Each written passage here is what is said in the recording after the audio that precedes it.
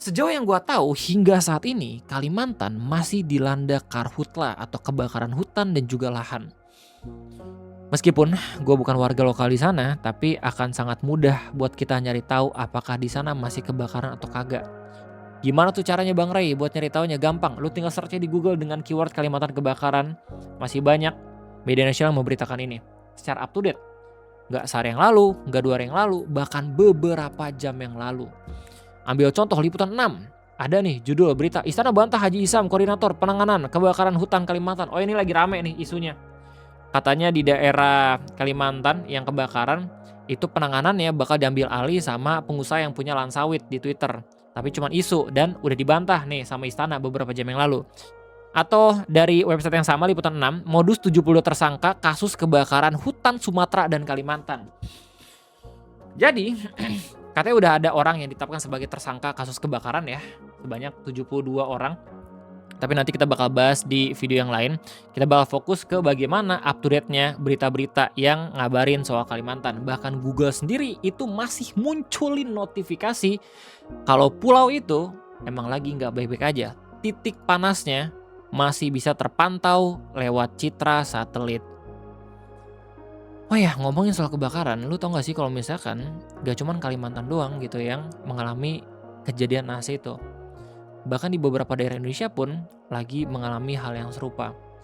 Ambillah contoh di daerah Lombok, khususnya di desa adat Sade, baru aja dikabarkan terjadi kebakaran. Di Waikambas, daerah Lampung, itu pun dikabari kalau misalkan ada kebakaran. Dan kalau nggak salah ini di waktu yang sama ketika Kalimantan dikabarkan sedang mengalami karhutla, daerah Papua Tengah pun sedang terjadi kebakaran.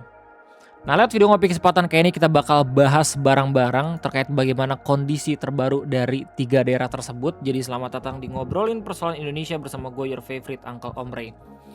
Yang pertama, itu kabar desa adat Sade. Baru saya nggak tahu ini desa apa. Ini merupakan desa tempat destinasi favorit banyak banget turis-turis lokal dan juga mancanegara karena sebegitu indahnya budaya dan juga adat istiadat di sana. Ini udah kayak Baduy tapi versi Lombok Tengahnya.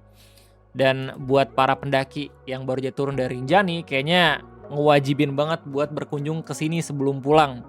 Karena oleh-oleh kainnya itu bener-bener ikonik banget.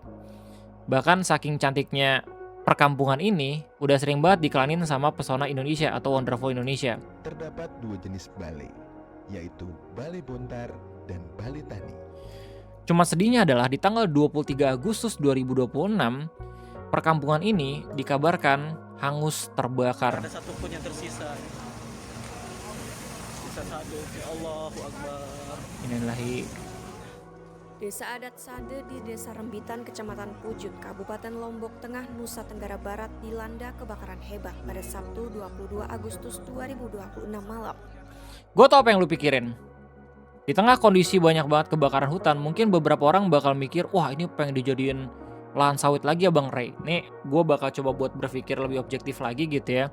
Kalau misalnya lu cek map dari Desa Adat Sade, sepertinya sangat amat tidak mungkin ini sengaja dibakar sama oknum tertentu. Alasan kenapa tiba-tiba desa adatnya itu bisa kebakaran hebat, lu sebenarnya bisa lihat lebih detail informasi dari ketua RT di kampung adat Sade yang udah diwawancarai sama Antara NTB ini. Beginilah kira-kira keterangan dari beliau. Di titik apinya itu dari mana tadi Pak? Di dekat pohon cinta. Di nama yang punya rumah pertama kali Amak Nawi. Amak Nawi itu Ya, ya. Amak Nawi yang pertama kali kebakaran. Lagi sholat Pak. Lagi sholat Isya, tapi sholatnya jam 9:30 dia. Nah habis sholat, dia langsung ke belakang rumah. Tahu-tahu api sudah Nyamber. naik ke atas. Itu mereka juga nggak tahu penyebabnya apa. Ya kemungkinan besar mungkin itu dari kabel yang kurang bagus Pak, dari aliran listrik. Nah, tapi yang pertama kali menemukan api ini orang tua. Akhirnya dia nggak bisa apa-apa. Sementara warga yang di dalam sebagian sudah ada yang tidur dan sebagian kami ada yang muda-muda ada di kampung sebelah, ada yang orang mau pesta, orang begawi. Nah akhirnya di dalam kosong, cuman yang tua-tua.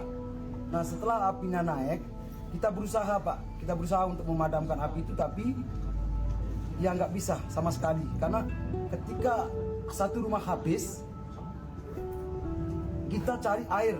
Nah kalau memang banyak orang yang membantu, awalnya itu mungkin kalau 20 orang mungkin bisa kami akan padamkan. Tapi cuman kami ada 5 orang pertama kali yang berusaha.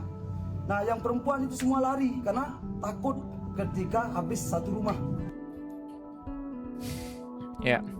Dan kalau misalnya lu lihat dari penampakan beberapa rumah di sana, emang masih bilik ya, dan didominasi kayu. Jadi kalau misalnya ada api, bener-bener bisa nyamber banget gitu loh.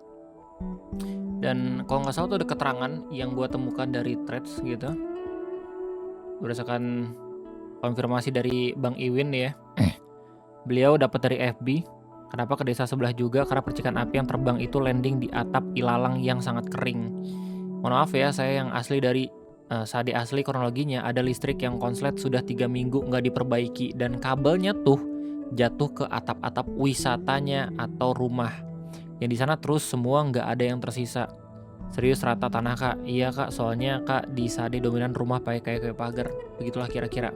Jadi orang-orang mikir ini gara-gara sawit, kayaknya keliru gitu ya. Tapi tetap ada hal yang bisa kita pelajari dari peristiwa ini, terutama buat pengelola kelistrikan di suatu daerah. Masa iya sih nunggu kebakaran dulu wilayahnya baru dibenerin jalur kabelnya? Apalagi kalau misalkan warganya udah ngelapor duluan gitu loh. Harusnya responsif, soalnya kan ya public service. Tapi yang kayak gini tuh selalu berulang. Apalagi ngomongin soal jalan berlubang tuh, ironisnya nunggu ada korban dulu baru tuh dibenerin. Sedih anjir. Anyway, doa yang terbaik buat korban dan juga orang-orang yang rumahnya hangus terlahap api. Semoga cepat dapat perhatian dari pemerintah, dan buat kita-kita semua yang punya rezeki lebih bisa langsung ikut bantu juga kalau misalnya ada fundraiser yang inisiatif mengirimkan bantuan ke mereka. Kita bakal masuk ke dalam berita yang kedua terkait Waikambas yang dikabarkan juga kebakaran. Lo bisa lihat sendiri, api di Taman Nasional Waikambas padam, seluruh gajah terpantau aman. Jadi pertanggal 23 Agustus 2026, lewat klaim dari Kementerian Kehutanan, apinya udah padam. Tapi dari tanggal 21 sampai tanggal 22 sempat dikabarkan kalau misalkan lahan di sana itu kebakaran. Jadi petugas dari Waikambas langsung sigap coba untuk mengevakuasi gajah-gajah yang ada di sana, dan katanya mereka kebanyakan masih selamat dan aman, alhamdulillah. Nisat gajah-gajah di Waikambas aman ya. Oke, nih. Gimana Pak Dani, aman ya gajah-gajahnya? Nih. Ya. Ya. Ya, tapi orang-orang masih khawatir juga sama gajah-gajah lain yang mungkin secara spot masih belum bisa dievakuasi gitu ya. Well, ini dia salah satu berita yang paling up to date terkait Waikambas dari CNN. Api di Taman Nasional Waikambas padam, seluruh gajah terpantau aman. Alhamdulillah. Ada seenggaknya kabar baik ya dari Kementerian Kehutanan, di mana mereka katanya memastikan kebakaran hutan di kawasan Taman Nasional Waikambas, Lampung berhasil dipadamkan, di mana gajah Sumatera Elpas maximus sumatranus di habitat alami maupun di pusat konservasi gajah dipastikan tidak terdampak langsung. Bisa baca sendiri ya artikelnya. Tapi kalau misalnya lu cek bagaimana daerah Waikambas, titik-titik apinya masih kelihatan. Ya nih. Mungkin masih ada hotspot yang terdeteksi lewat citra satelit, dan semoga udah ditangani juga sama petugas di sana ya. Amin. Meskipun udah banyak banget artikel dan juga kabar kalau mereka mengklaim sudah berhasil memadamkan api. Bismillah. Bismillah sekali lagi. Oh ya, ada keterangan dari polisi juga yang penting nih. Jadi kepolisian daerah Polda Lampung menyebutkan bahwa kebakaran hutan dan lahan yang melanda kawasan Taman Nasional Waikambas berhasil dipadamkan oleh tim gabungan. Kebakaran itu sendiri terjadi sejak hari Jumat tanggal 21 di wilayah Resor Kuala Penet dengan area terdampak diperkirakan mencapai sekitar 673 hektar. Berapa tuh kalau misalnya dibandingin sama lapangan bola? Hektar berapa lapangan bola coba? 942 lapangan bola, men, luar biasa luas itu. Lanjut, mana tadi? Penanganan kebakaran melibatkan sekitar 250 personel gabungan dari Balai Taman Nasional, Waikambas, Polda Lampung, Polres Lampung Timur, Kodam Kodim Lampung Timur. Pengendalian di lapangan turut dipantau langsung oleh Kepala Balai Taman Nasional Waikambas, Kapolres Lampung Timur. Dibutuhkan upaya pemadaman menghadapi tantangan berupa karakteristik lahan gambut, sulitnya akses menuju lokasi, serta sumber air yang berada cukup jauh dari area kebakaran, di mana sebagian lokasi bahkan harus dijangkau personel dengan berjalan kaki. Nah, kalau misalnya lo mikir, oh ini mungkin pembakaran lahan, bisa aja kalau di sini, soalnya ya petak-petaknya ini agak sedikit sus. Ya, tapi balik lagi, katanya udah dipadamkan dan semoga beneran sudah dipadamkan apinya.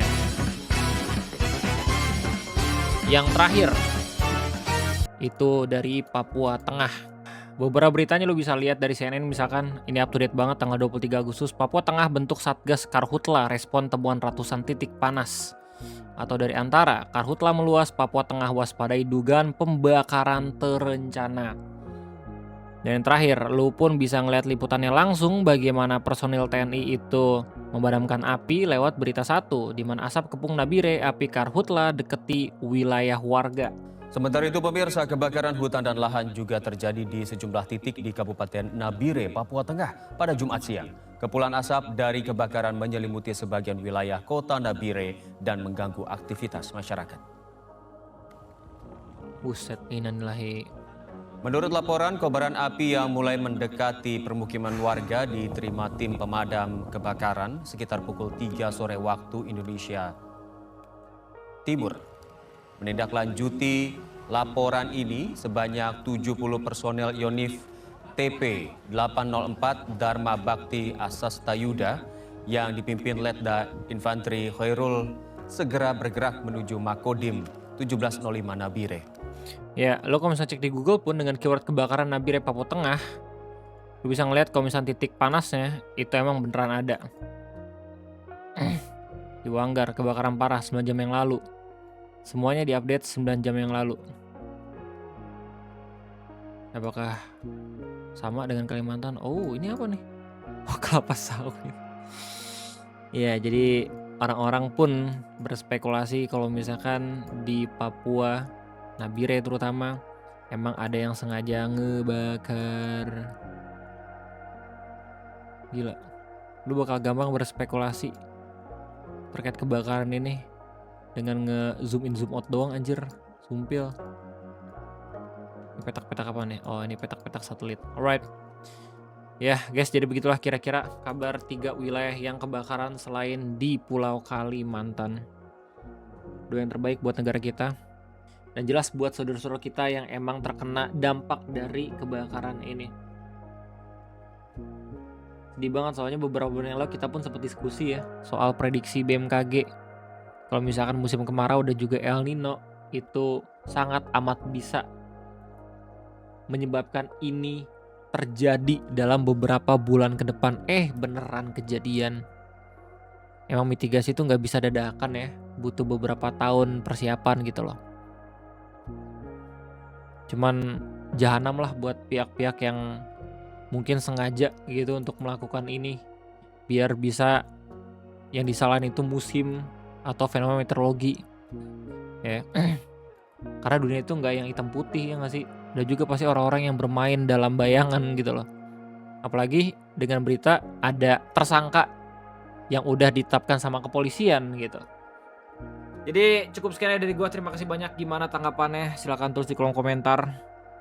Tolong kabarin kita ya buat lulu semua yang tinggal di daerah Kalimantan, Lombok, terus Papua mungkin, dan juga daerah Lampung.